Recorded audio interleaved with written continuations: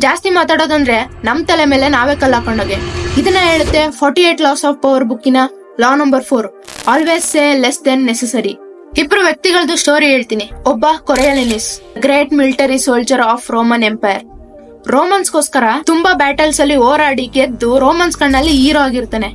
ಇವನು election ನಿಲ್ಬೇಕಂತ decide ಆಗ್ತಾನೆ, ಎಲೆಕ್ಷನ್ಗೆ ನಿಲ್ತಾನೆ.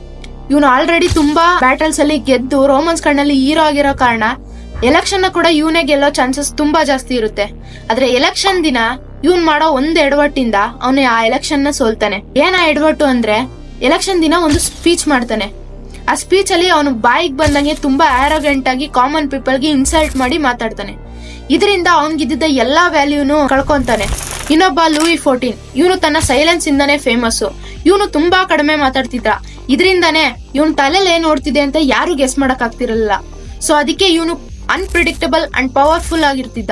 So moral of the story is, the more you speak, the lesser your value will be. The less you speak, the more you are valuable. So speak less and observe more. Remember my friend, silence is the ultimate power. Video informative ಆಗಿದ್ರೆ like ಮಾಡಿ. ಇದೇ ತರ valuable contents ಗೋಸ್ಕರ follow ಮಾಡಿ. Next ವಿಡಿಯೋದಲ್ಲಿ 5th law ಜೊತೆಗೆ ಸಿಗ್ತೀನಿ. ಅಲ್ಲಿವರೆಗೂ keep learning and inspiring. Learning never stops.